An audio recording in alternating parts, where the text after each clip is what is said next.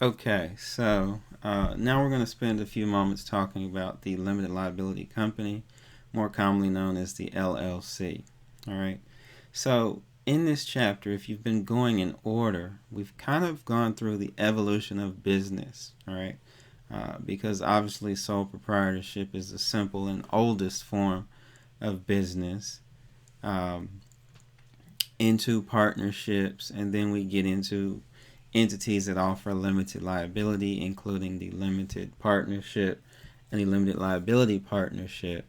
Now, obviously, the limited partnership came before the limited liability partnership from a legal perspective, and LLCs as an entity, LLC statutes have only been around for around 40 years, which doesn't sound young, but comparatively speaking, is much younger than the other entities that exist.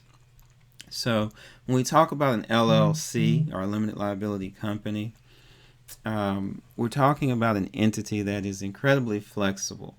All right. In fact, it's often useful to think of it more so as an umbrella that you can put uh, pretty much any type of business into. Um, and I'll elaborate on that in just a moment. Okay, so they're formed with a filing with the Secretary of State, obviously because they offer limitation of liability for the owner. All right, some states have annual filing requirements, others don't. All right, and the LLC is the entity that the customers do business with. All right, so if you're doing business with an LLC, and you're injured or want to sue the business, you have to sue the LLC. All right, you cannot sue the owner. The owner is able to protect his or her personal assets. Obviously, the assets of the LLC could be sued, but not the owner's personal property.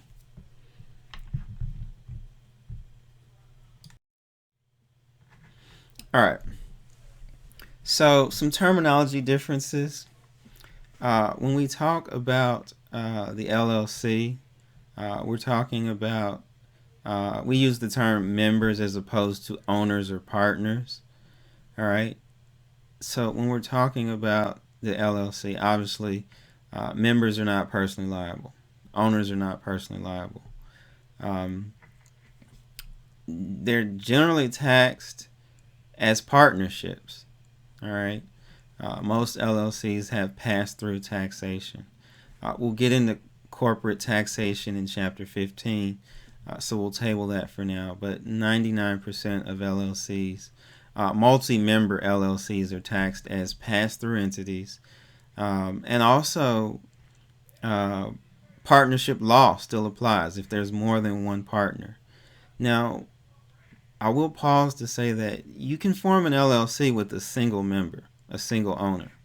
And in that case, the law treats it as, or I should say, the tax law treats it as similar to the sole proprietorship. Like if there's a single member, whatever income my LLC makes, I just report that on my 1040. But if there are two or more members, you have passed through where the LLC files the informational return with no tax liability, but the individual members report their share of LLC income on their own personal tax return, and that is pass through taxation. There is no U.S. citizenship requirement. So, foreign investors, or even other companies can uh, participate in the ownership of an LLC as a member. All right. If there is a disadvantage, it's that there's no uniformity, and there's not substantial uniformity, I should say, in state laws. The formation is pretty similar. Some states have ongoing annual filing requirements. Other states do not. And if you're an LLC that operates across state lines, you may need to engage an attorney to make sure you're in compliance with LLC laws in all states that the entity does business.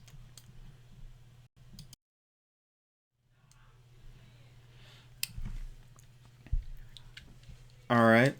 Um, Typically, the LLC is going to have bylaws, which is just the rules that govern how the LLC will operate. And they don't have to be anything fancy, particularly in single member LLCs.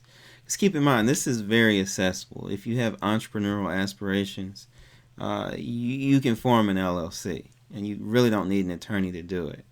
I think in the state of Ohio, I think it costs $100, and you comply with the basic rules and laws, and you've got an LLC. If you have multiple partners, partnership law will apply.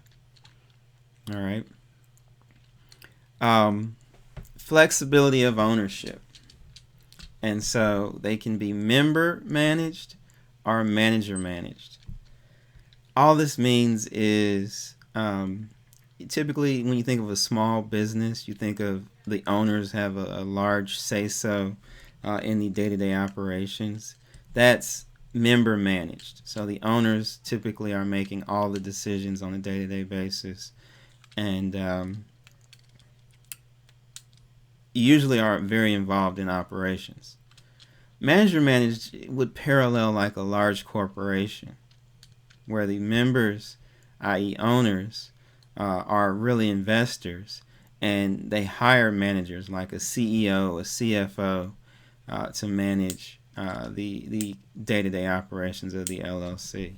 And in that case, that manager managed parallels the operation of a large corporation. So you can see the flexibility that exists with the LLC. All right. We talked about fiduciary duty when we talked about partnership. Remember Minard versus Salmon. That exists in the LLC. Honestly, if there are two or more members,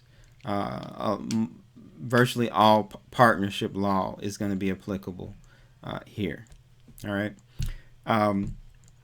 To be quite frank, when you're forming a business and you're trying to decide how to set up, honestly, the LLC is typically going to be the answer as to how you organize your business, particularly if you're a small business starting out, because it's affordable and it offers limitation in personal liability for the owners, i.e., the members.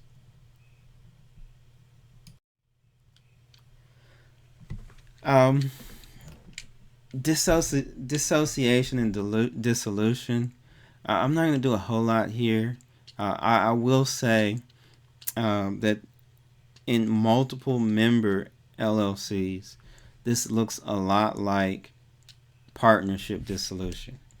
All right. And that's pretty much all that I want to say. I don't get too deep, and I don't really test on dissociation and dissolution. Just understand that the process is very similar to that of the partnership when there are two or more members.